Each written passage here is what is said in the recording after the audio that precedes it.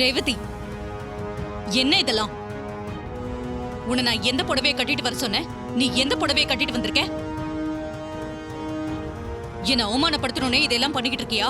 அம்மா அது வந்து ஏய், அவளுக்கு தான் அறிவு இல்லைனா நீ கூட போனியே, நீயாவது புத்தி சொல்லணும்ல?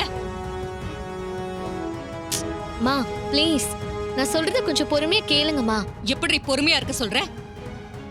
சம்பிரதாயப்படி மாப்பிள்ளை வீட்டுல கொடுத்த புடவையை தான் கட்டணும்னு கிளிப்பிள்ளைக்கு சொல்ற மாதிரி சொல்லி அனுப்புனேன்ல, அத கொஞ்சம் கூட மதிக்காம இந்த புடவையை கட்டிக்கிட்டு வந்தா என்னடி அர்த்தம்? அம்மா, ரேவதி அந்த புடவையை தான் கட்ட போனா. ஆனா அக்கா இருக்கா, அம்மா கிட்ட நானே சொல்றேன். அம்மா, நீங்க சொன்ன புடவைய கட்ட தான் போனேன். ஆனா அங்க என்ன நடந்துச்சுன்னு உங்களுக்கு தெரியுமா?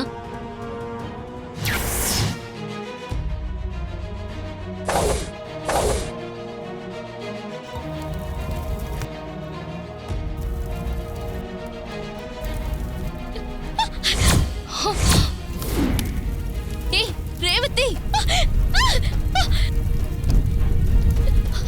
அக்கா என்னக்கா இது? வெளியில எல்லாரும் வெயிட் பண்ணிட்டு இருப்பாங்க. நிச்சய புடவை வரை எரிஞ்சு போச்சு. இப்ப என்னக்கா பண்றது? இப்ப என்னடி பண்றது? அவசரத்துக்கு உங்க எம்டி சார் வாங்கி கொடுத்தாருல, அந்த புடவையை கட்டிட்டு வந்துரு. என்னக்கா சொல்றேன்? வேற வழியே இல்ல ரேவதி. அந்த புடவையை விட இந்த புடவை நல்ல புடவை தான். இந்தா கட்டு.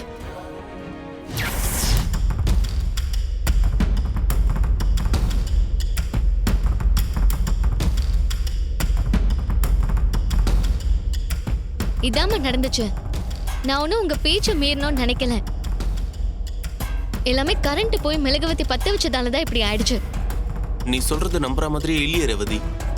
ஒரு நிமிஷம் இருங்க.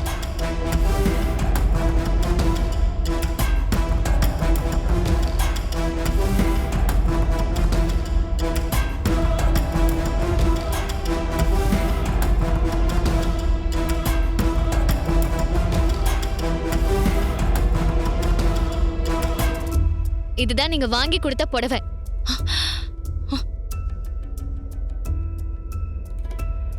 எப்படி எரிஞ்சு போயிருக்குன்னு நீங்களே பாருங்கம்மா. இதை எப்படி என்னால கட்ட முடியும்? நீங்களே சொல்லுங்க.